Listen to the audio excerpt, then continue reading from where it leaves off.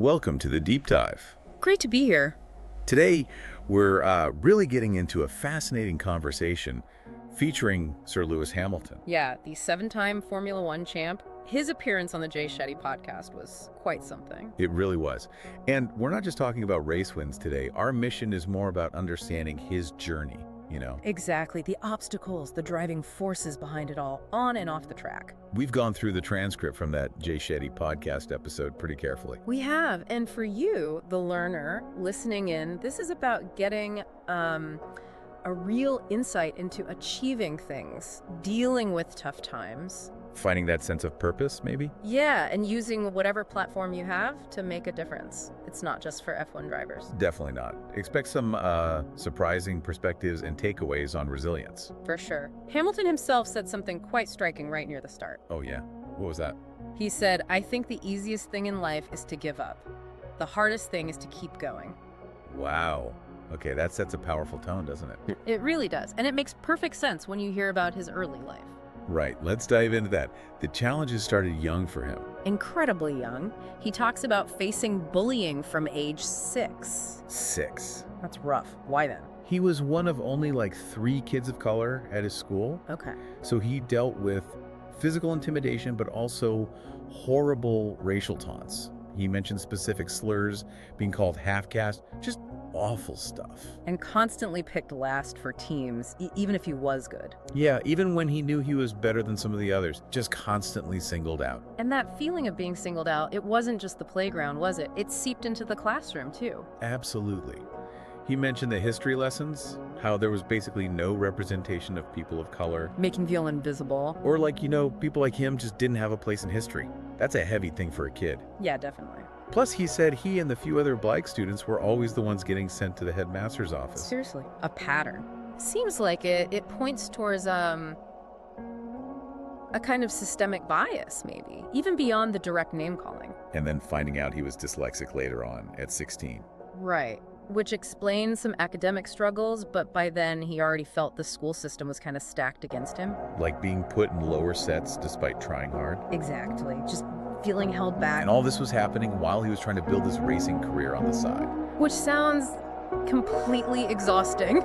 Leaving school Thursday night. Driving across the country to race. Then back on Monday morning. And nobody at school really got it or believed in his racing dream. Talk about feeling isolated. Totally. You've got the school struggles, the bullying, and this huge passion nobody understands. So how did he cope with all that pressure, all those emotions? Did he talk to his parents? Well, that's the interesting thing. He said he didn't really feel he could. Oh, why not? He wanted to seem strong, especially for his dad. Didn't want to appear weak or like he was complaining. But she just bottled it up. Pretty much. Until he got into the go-kart, that was his outlet. The escape. Yeah, he described putting on the helmet and it was like becoming a superhero. A superhero. Inspired by Superman fighting for justice, even though, as he pointed out, there weren't really any superheroes. That image of the helmet. Wow. Protection, but also power. Exactly. A safe space he created for himself. It's interesting, SHETTY chimed in there too, didn't he? With his own experiences. He did. SHETTY talked about being bullied too, for being, I think, one of maybe 5 kids of color, and also for being overweight. So, a point of connection there. Yeah, a shared understanding, even if the specifics were different. It highlights how common that kind of pain is, unfortunately. And even in racing, his passion, his escape, he still faced being different, didn't he? Oh, absolutely. He was pretty much the only working class black kid in what was, and still largely is, a very wealthy, predominantly white sport. So, another layer of adversity. Social, economic. Right. It wasn't just about talent on the track. There were these other background hurdles, too. But he had incredible support from his father, right? That seems crucial. Undeniably. He speaks so highly of his dad, working multiple jobs. Just to fund the go-kart. Yeah, and acting as his mechanic, too. Huge sacrifices. That's amazing dedication. He also mentioned his stepmom, Linda, and his younger brother, Nicholas, as big inspirations. Nicholas has cerebral palsy. He's a speaker himself now. Quite the family support network. Definitely. Though he did mention, that maybe outward affection wasn't always easy with his dad, given the focus and intensity. That makes sense. Yeah. Provider, the pusher. Yeah. Sometimes that dynamic is less about hugs and more about, pushing. Exactly. So fast forward a bit, he makes it to Formula One, age 22, 23. Yeah, around then. And boom, suddenly he's on the world stage. Intense pressure, I imagine. Unbelievable pressure, media everywhere. And initially, he didn't have, like, professional management. It's just his dad and stepmom handling things. Basically, yeah, logistics, not necessarily media training or strategic career management. So he felt unprepared. Leading to mistakes. Yeah, he admits he made mistakes in the public eye, felt thrown into the deep end. It's easy to forget how young these guys are under that kind of scrutiny. Totally. And navigating that F1 world also apparently put some strain on his relationship with his dad for a while. How so? Well, as Lewis grew up, wanted more independence, maybe needed a different kind of relationship with his father, less manager, more just dad. Ah, okay. Redefining things. Right. It sounds like there was a period where they had to work through that. But they did? Oh, yeah. He said they rebuilt that bond, and now his dad's the first person he calls after a race. Unwavering support. That's great to hear. What about the racing itself? The constant winning and losing, the pressure. He talked about that roller coaster. The highs of winning are intense, but also really short-lived. Fleeting. Yeah. And this immense pressure to always be number one. He admitted early on that was driven by a need for acceptance, for validation. Wanting people to approve. Kind of. But he contrasts that now with a deeper understanding, fighting for something bigger than just the next win. Okay, so that shift towards a larger purpose.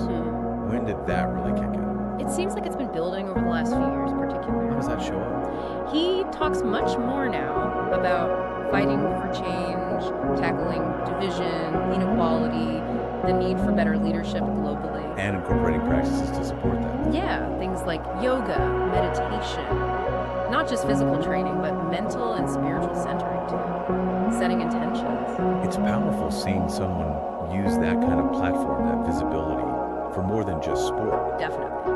He recognized the privilege he has and looked at motorsport and saw the lack of diversity. The underrepresentation of people of color. Exactly. Yeah. So he started having conversations, difficult ones probably. With his team, Yeah. the F1 bosses. Yeah, pushing for diversity, equity, inclusion, DE&I. And did that lead anywhere concrete? Or was it just talk? No, it led to real action. The Hamilton Commission, for instance. Right, I remember hearing about that. What did it find? It basically confirmed, with data, the lack of diversity in hiring, in opportunities throughout motorsport engineering, the whole industry. So proof of the problem. Exactly.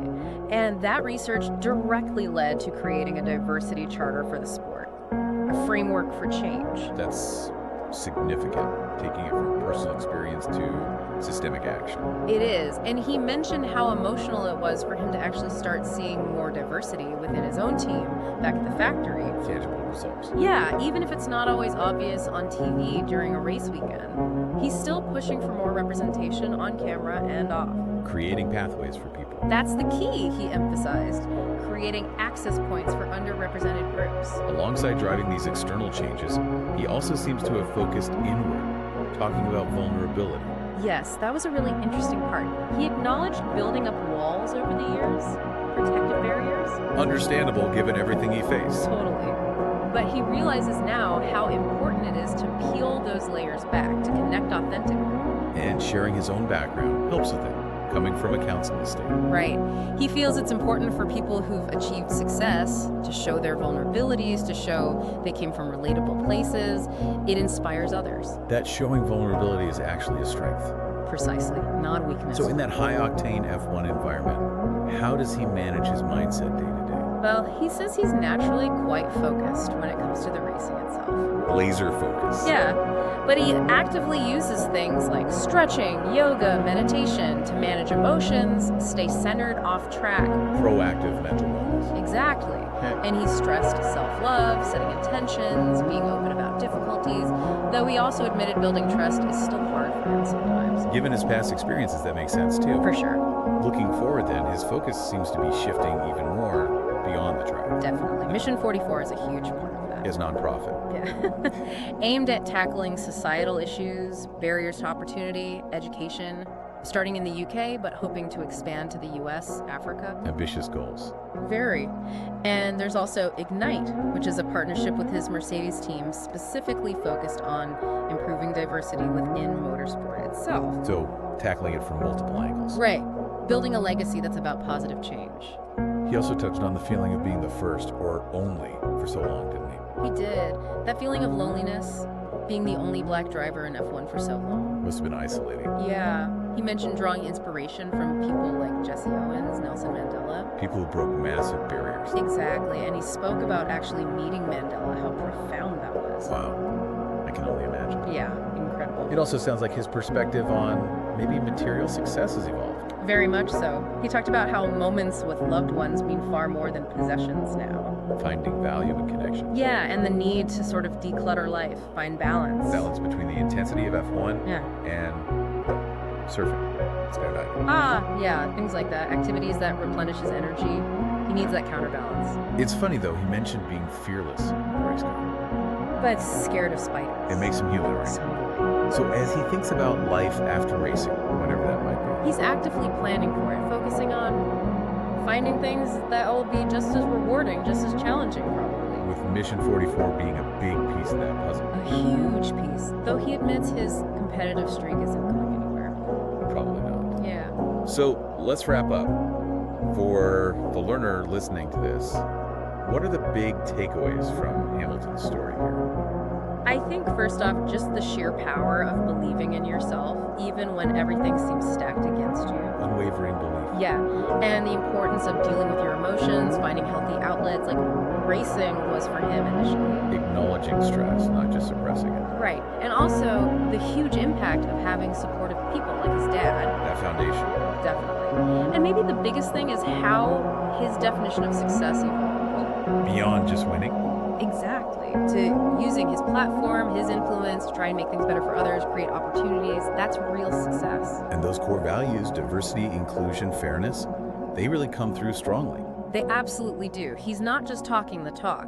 He's actively pushing for change, using things like the Hamilton Commission. And his willingness to be vulnerable about his own journey Is really powerful. It shows resilience isn't about being perfect. It's about keep going, learning, growing, and being honest about the struggle. Purpose-driven action. So, a final thought for our listeners to mull over, inspired by Lewis himself. Well, he touched on that big gap between wealth and poverty in the world, didn't he? The need for more equality. Yeah, a huge, complex issue. So maybe the question for everyone listening is, what systemic changes, big or small, could actually help create a more equitable world? And perhaps more personally, what role can I play in my own life, my own community, to foster that kind of change? Exactly. Something important to think about long after this deep dive ends.